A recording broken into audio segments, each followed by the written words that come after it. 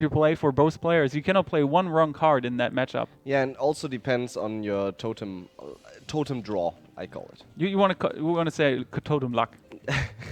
Totally wasn't say that. We see double Pharaoh Spirit, but unlikely that he keeps both. Yeah, keeps one. That makes sense. We have a Shaman versus a Druid upcoming here. And that could get interesting. Depends on how Kaldi's draw goes. At the moment, well, he has an Innervate. And it's going to redraw everything.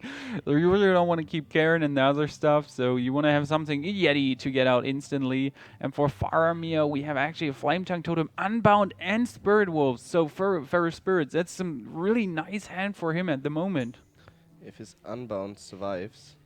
It's not gonna. We see Coin Innervate on Stampeding Kodo. That's so madness. Faramir is gonna play turn 3 Unbound. It's gonna be like everything is working for me. Awesome. I think we can expect Coin, Harvest Golem, and then the turn afterwards Innervate Kodo. That's what I would play. That looks horrible for Faramir if it actually... Yeah. If it happens like this, if it happens like that, he could get into trouble zone. As you said, we're gonna see Coin Harvest Golem, which is okay. We said only do something like this if you have a follow-up play, and he has it, and not only follow-up play, he can kill that totem and safely kill the Unbound Elemental. If Faramir doesn't want to get rid, so he could go Flame Tongue Totem and, well, Earthshock away that minion. That's a possible play. But still, Innervate out, Kodo gets rid of a Flame Tongue Totem. What value? Yeah. Would be worth it. You're not getting rid of an Unbound, but then you're just dropping next turn swipe. your Yeti or swipe. Next Innervate. He doesn't really need the next Innervate, but Innervate, Kodo, most obvious play, and then he could swipe the Unbound Elemental or just swipe the face and trade, but it's more likely that he just swipes the Unbound.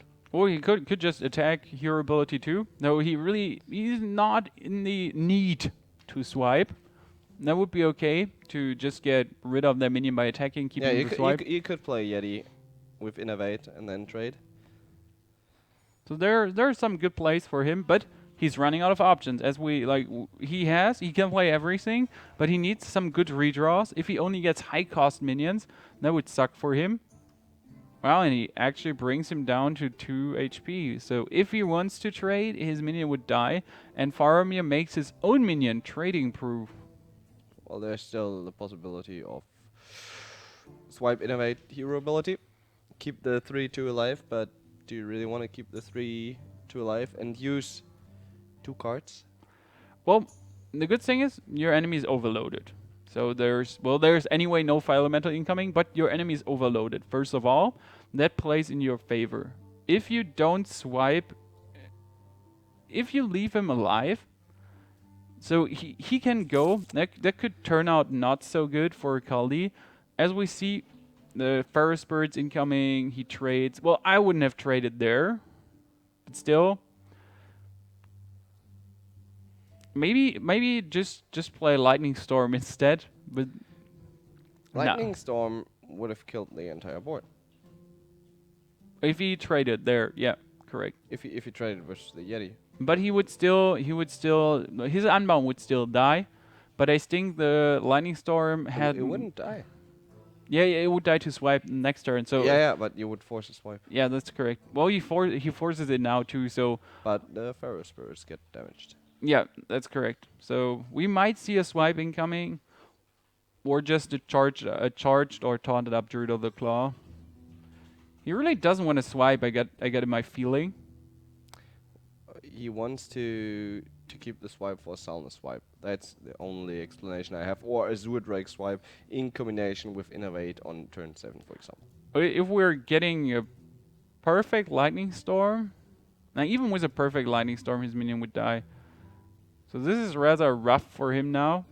He can trade and kill the Unbound Elemental. And he can innervate out a Ragnaros if he wants to.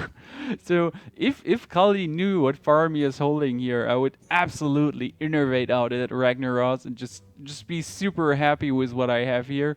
So he can trade the Spirit Wolf, he can kill the Unbound and then just be super happy with his Ragnaros hitting enemy Yeti or even the face. It doesn't matter at all. He's not getting that Ragnaros killed. Ah, damn it, Kaldi, go for it. Be a man.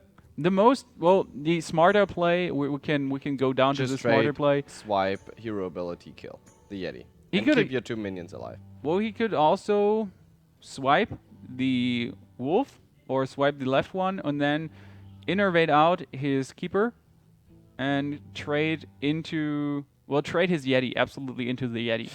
No. Yeah, I wouldn't have done that since not only Lightning Storm danger, as we see, Fire Elemental is just too obvious to come here, plus a Rock Biter, so that was, well, unlucky play by Kaldi. That was ballsy. I knew why he attacks with his 4/6 before it gets hexed and loses all his value, so he at least used it. But still, it feels like not the correct play here. It feels like a wrong play, and it turned out not so good for him. That Ragnaros would have been so cool to see, but sadly it didn't work out. We didn't get to see it. Not yet. We will later. The biggest problem is here, he can Yeti up, but yeah, well, again, there's just going to be a lightning storm and his minion will possibly vanish into oblivion. Oh, he decides to know. I wanted to see a lightning storm. I'm lightning storm greedy.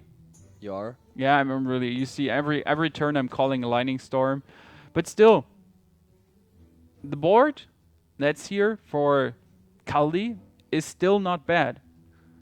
He can just kill the 0/2, and if his Ragnaros strikes the 6/5, it's still okay. It's just still okay. Your enemy has a Flame Tongue Totem. Oh, perfect. I'm just saying. There's a 6/1 on the board that might be able to kill your Ragnaros, but like you can play your Flame Tongue. You can kill the Ragnaros. Whoa, what? Chillax. Then you're still screwed. Then you're still screwed. Yeah, I mean, he has a Flame Tongue on the board. He might have an Argent Commander to kill the 2/4 on the board. But that's more or less it. Ragnaros is dead, the 2/4 is dead. But if your 6/2 dies now, or if your Flame Tongue Totem dies now, you're not getting stronger totems and stuff. And the Senjin. So we might just see Senjin and Savage Roar. Get rid of the 6/2 or the 0/2, 0/3. Well, I would get rid of the 6/2 actually. And then it looks super good for Kaldi. Well, he's not getting rid of. Keeps the Savage Roar. Well, he wants to deal his combo, but I guess I would have killed. Well, that's now it would have been sad if you actually killed the minion and then you would have run into a 0/2. So it's looking good extremely good for Faramir now. Well, a Raz. I would put a Raz under extremely useful. But you kind of want to draw a card. Exactly. That's the problem. You need the card draw. Well, the good thing is you can kill a Taunt Totem. So you can card draw and kill the totem and hope just for your Force of Nature. And then you actually can attack his face next turns. So as you say, you need the card draw. You need to draw Ancient of Lore or whatever. Zoodrake. Zoodrake. It's good too. Wow. It's super, and even Relic. But you need to kill the. He has to kill the totem now. Yeah, you need to kill it first. And the good thing is the 4/4 will die if it fights against your 4/4 at the moment. If he's not lightning storming before or hexing, we're most likely going to hex and trade. This is annoying, but down to 15 and no taunters at the moment. And Kaldi has so many cards in a druid to draw still. Like the Druid of the Claw. So go for Wild Growth. Check what you get. And he could deal with Druid of the Claw and Roar at the moment. Maximum amount, 9 damage. Another. That's good. No, you can't. This game is really funny.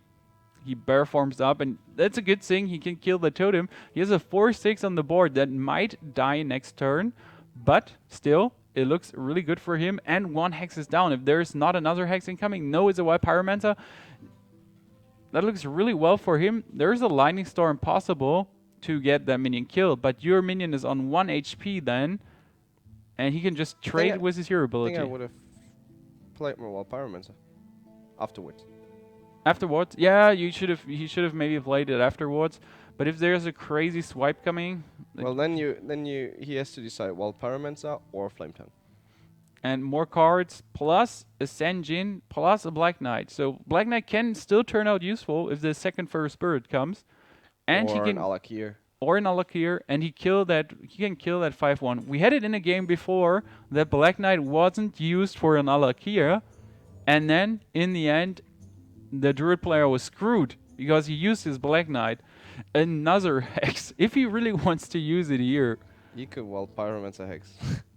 Well, that's a really nice thing here by getting the Taunt Totem. Now he can at least Black Knight a Taunt Totem. So he Black Knights the Taunt Totem and kills the white Pyromancer with his hero ability.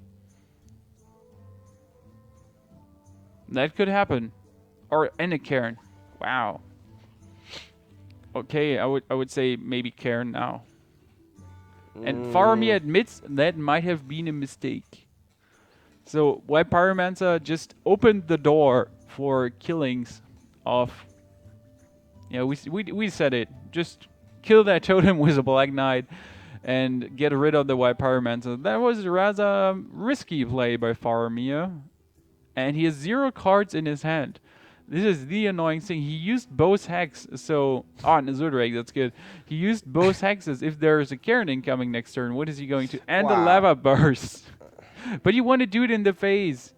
No, you don't. Yeah, you don't want to do 7 damage in the face? No, I want to keep board control. On what planet are you living? Well, it's called Earth. That would have been some crazy move bringing him down so far. It doesn't matter. Like, why take the... Those top decks here from Kaldi, he's just drawing one good card after another. So can swipe, drop Cairn, could swipe, kill the Taunt Totem. Well, if he killed the Taunt Totem now, then he did a slight misplay. If he wanted to kill it, he should have just damaged it first. Now it's okay since he didn't. Well, he has a lightning an Earthshock. That's goody. But still, he's going to take 4 damage next turn. And maybe that Flame Tongue Totem is going to die. Even a card draw. Nice draws for Kaldi here. He's probably just going for it. Kill the Flame Tongue. Draw a card. Yeah. Get your cards rolling. And he hasn't gotten an Ancient of Lore by now. This game is... It doesn't matter which one you hit. It feels better to hit the Taunt Totem. You really want to get rid of it. And the Azurdrake, even more card draw. So he's getting so much card draw. This game is turning into Kaldi's favor slowly and slowly, even though Faramir and an Ancient of Lore. So that's just next turn GG with a roar. Even though Faramir had some awesome cards and had his hexes right in spot when he needed them, he's going to die next turn. You get a Rockbiter, that's, some damage. And now we only have... He's not going to die next turn. Not necessarily. We only got 9 damage. That's quite not enough to win here. That's a bit sad. And it faces Manip, so he might heal, might just draw, and he's anyway gonna win next turn. Whatever he does here. Go for cards. If he wants to go super safe mode, he heals himself. But even if your enemy draws an Alakir, worst case scenario, you get 6 damage. So that's not going to bother you at all. Force of Nature plus a Harvest Golem, 2 perfect redraws here for Kaldi. This looks like a win, and Faramir concedes. Looks like GG for me. Yeah, well played. Now. Let's check it out. It's Rogue. Oh, there's a miracle. Maybe once again. Golden Eviscerate. So pretty. Well, Golden Eviscerate looks really good. I like that greenish style of the ability. Keeps double wild growth. Well, he's not keeping it right now. He just has it in his hand. Faramir had a nice redraw, double shift as a 7 agent preparation plus the coin. So this is some awesome hand. He might drop 1 white rose. You should drop the innervate, maybe keep double white rose. You can only redraw into better minions. I would have kept 2 white rows. Really? I would have kept 1. Well, it with 2 white rows, it doesn't matter what you redraw. You can play everything. So that's the advantage. But if you draw smaller minions like Harvest Golem with 7 mana and cannot play anything else, it's kind of screwing you over. Well, that's screwing you over. That's correct. So maybe redrawing 1 is okay. But I still would have sticked to those 2. It's just super nice for Kaldi now. Turn 2, he plays White Rose. Turn 3, he drops a Yeti. And well, Faramir has to deal with a Yeti. Oh, the famous Van Cleef play. No! He could have preparation shift and made it gigantic big, and I would have done that. If he preparation shift... Yeah, and then there's a big game hunter and you're screwed. Well, then there's a big game hunter and you're lost everything. I wouldn't go for that play. But that 4/4 Van Cleef is more or less, yeah, crappy. So he more needs or less awesome because he can backstab, preparation as I said, and so kill you could have made your 8/8 Van Cleef anyways. if you're doing this now, you're not gonna tell me my 8/8 Van Cleef play was crappy. See, just going for my play. Yeah, but we don't need to argue about that. I want to say. Well, the counterplay to my play is less likely. Well, there's a 3/3 and a 4/4 on the board now. He has a Cold Blood in his hand plus a Eviscerate. That's good. So let's just say that's good.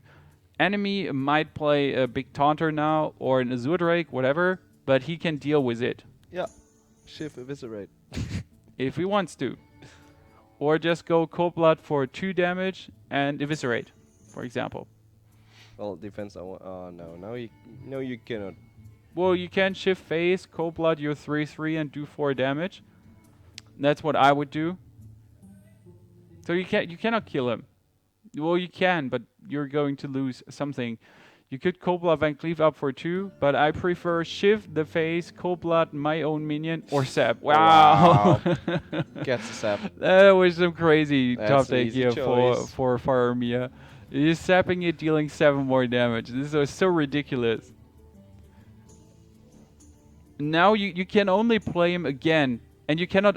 You might consider, okay, this time I want to charge him up to kill the Van Cleef, but you cannot. You just have to play him as a 4/6, and now Faramir can still do the move. He even gets a deadly poison for his weapon, so he just attacks once with the weapon instead of playing his Cold Blood. And next turn, we're going to see 5 damage and 8 damage, 13 damage. He can kill him next turn. Just saying.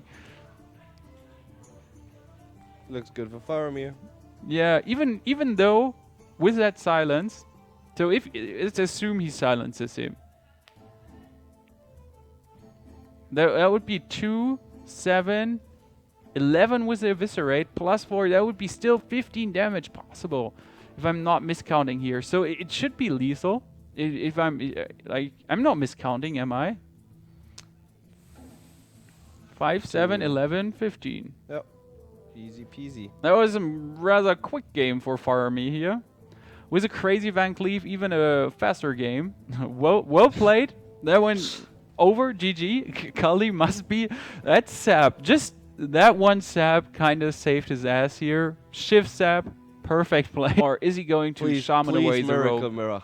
It's always so funny. Well, I'm sorry to disappoint you here, but it ain't. I think Shaman has an advantage. Shaman has a good advantage if he gets every time his Taunt Totem out, and if he's actually playing, well, maybe he's playing some Testingos. Maybe he's playing 2 Argus. It's not for sure he plays those 2 Argus. Still, he has the Spirit Wolves, which are so nasty for a rogue to deal with. He needs the Blade Flurry to have a decent clear, or Salno's Fan of Knives. But I think it's really rough to deal with those stuff. And that's a really nice starting hand for Kaldi here. Just one simple Argent Squire. If he gets a Taunt Totem now, he has like 1/1 army just sitting here, damaging your face over and over again, plus a Defender of Argus incoming. So his hand is pretty hilarious. He has that 1/1 with Divine Shield. He has a Totem for 4 damage already. And turn 4, there's just that Defender of Argus incoming. Well, Faramir has his weapon, he can do some stuff, he can shift too, but still, he's taking that early rush, and it's already annoying. Plus Ferrous Spirits. Oh, well, do you want to drop Ferrous Spirits over Defender of Argus? I guess so. It's really nice, so he could... he couldn't play the Defender. Wow, Selnus. For Faramir, I'm sorry. That was perfect. Timo's sleeping. Just chatting too much. So, that was his Selnus top deck. You can just do those 3 damage backstabs. Yeah, he's writing him good luck after he played it. That's mean. That was a perfect play. So you just see your enemy getting his overload done, and then you just destroy his dreams and hopes. That's never a nice move. Yep, rip in peace. But now he needs to kill the Selnus. You don't want to have 2 damage shifts against your totems. That's like extremely annoying. And you give him a card draw. And as we know, Faramir has an Auctioneer. Eviscerate Shift Zap. It's second Auctioneer. That looks like pretty perfect in my eyes. But now... No preps. Defender of Argus incoming for Kaldi. Yeah. 2 Defender of Argus incoming for Kaldi. So he can just Argus up, kill the 2/1, and get his totem even healed up. I would put that under... Well, let's do it. And he also has an Azure Drake in his hand. So if his spell damage totem dies, for example, he can just Azure Drake and shoot away 1 Auctioneer. Yeah, he thinks about getting his healing totem damaged or his spell damage totem. Easy choice. Yeah, that spell damage totem has so much value, but the healing totem against a rogue is pretty nice too. The good thing is he might have an Auctioneer, but Auctioneer coin... Conceal. Yeah, Auctioneer coin has no value. So Auctioneer coin, Cold Blood. Auctioneer coin, hope for something. It's always a bit shallow. Go for shift attack. Get rid of one of the totem. What? Well, he could have shift attacked, and I guess it would have been better to get rid of the healing totem. But still, there's a 3/3 on the board. What does Kaldi want to do now? He's not getting rid of it. He has to play his Defender of Argus, Argent Commander, to get rid of it. Or he has to play his second Defender of Argus to kill it with his 3/4 upcoming. And that would be also possible. But he needs to decide. He could go for the Lightning Bolt. Yeah, but you kinda, in my eyes, you kinda want to use the Lightning Bolt always on the No, you Auctioneer. don't need to. You have your Argent Commander. Oh, and Like you have a Hex. If you wouldn't have the Argent Commander or a Hex, I would agree. That way I think... But now you get your Unbundle Elemental and you don't want to play your Lightning Bolt now. You did. The good thing is, you got the Drake out, and if he wants to play Auctioneer and sap something, he's gonna hurt himself. Since if he saps your Azure Drake, you're just gonna draw another card. So that's good for you. Oh, and the preparation. This is getting really nasty. So he can perhaps sap and shift even if he really wants to. Yeah, get 3 cards. Well, I would shift first. And another preparation. So we were talking about Faramir not having any preparation. Well, that was a lie. Obviously. That was a big fat lie. This looks like a super nice game for... could prep Deadly Poison and kill off. Yeah, he can... Oh, conceal. Now he needs to conceal. Yeah. Not get baited by that Deadly Poison killing chance. And he even gets an Assassin's Play with Deadly Poison. This game looks extremely well for Faramir. Well, if there's no Ooze or Harrison, yeah. So far we haven't seen one. This is really annoying. He might have what we said. So he has an Argent Commander. He has an Unbound Elemental. But still, next turn, we can already see 13 damage incoming if he wants to. No, not only 13. It will be 13 plus with the Cold Blood and the Deadly Poison on the weapon. And there's still, is there a second, no, he used already one deadly poison. I wanted to say, is there a second deadly poison? That would be crazy. I don't think he wants to use it. Well, that's good. So he saves himself from getting crazy amounts of damage. We might see a, what could he do? Well, we can play two SI7 agents if he wants to. Just kill the 1/4 with his auctioneer and... Well, he could clear the 3/4 with his auctioneer, play deadly poison, I know. Then double SI7. Double SI7 and clear the guy in the middle, the defender of Argus. Now that's an okay play. I would put my doctor under that. But why? Your doctor? Why would he kill the... I'm surprised. Why did he attack the... That was a misplay. Yeah, he's playing it different. I mean, he's playing it different. That was a misplay. Well, correct. he wants to get if he wants to get a Van Cleave out. Well, it's still a misplay that he did it this way round, but he didn't want to take more damage, so that's why he did it this way. Yeah. So he didn't want to take those 3 damage. Still, I would value a 4/3 auctioneer higher than getting only 1 instead of 3 damage. So those 2 damage... Well, he still has an auctioneer on his hand, so... Yeah, but those 2 damage didn't make a big difference. Van Cleave is good, so he has a 6/6 Van Cleave out. Still, we see Kaldi can clear the board here. He can just attack the left one, hex the right one, Rockbiter the one in the middle, still play his Unbound Elemental, and even get a totem out. So... Well, Rockbiter first, of course, because else... Well, he cannot get a totem out, sorry. I was just caught in the motion. Nope. He can at least kill a lot on the board. He can just leave the 3/3 alive if he wants to and Rockbiter away with the Argent Commander Van Cleave if he really wants to. But I prefer the hex here. Yeah. Just hex trade, Rockbiter clear. I mean, he's on 30 HP. He should be safe, or he should feel well, safe. it's a miracle rogue. But that is Zudrake. I would question the Zudrake play. If he's... Well, the 3/3 will stay alive. Maybe he's hoping for a Lightning Storm. That would be funny. So you do the perfect Lightning Storm and just trade away Van Cleave. And now he's gonna take 6/10 damage with a Cold Blood. First Shadow Step. So okay, let's count. It's 6 damage. 16, 22. That's not enough. Nope. That's something, but not enough. So he could just go Auctioneer Cold Blood if he wants to. Auctioneer Cold Blood Loot Hoarder. Just deal some obese damage. And I think that's the perfect thing to do. Ah, damn it. Yeah, but still, he deals 10 damage now, has 6 damage on the board. Like, I'm assuming his 7/3 is going to die. Well, he could attack. I would say I would attack with my weapon, but we can attack next turn too. Why would you?